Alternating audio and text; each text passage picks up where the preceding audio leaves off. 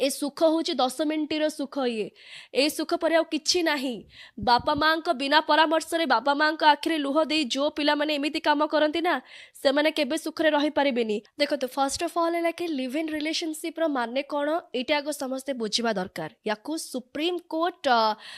Permission दे देइछंती कि live in relationship रे रही पारिबे ताकू लीगल बोले कुहाइछि। इवन कि प्रेग्नेंट पर अब्रेशन करिया भी सब झियो मानक पई लीगल हे गला। तो सबु तरफ समस्त कबाट ये खोला हो गला।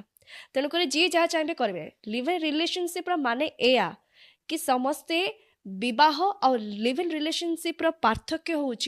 कि विवाह कला परे आपण गोटे जिम्मेदारी आसी थाए गोटे आ लिव इन रिलेशनशिप माने हूँ कि विदाउट रेस्पॉन्सिबिलिटी रे आपण दुई जन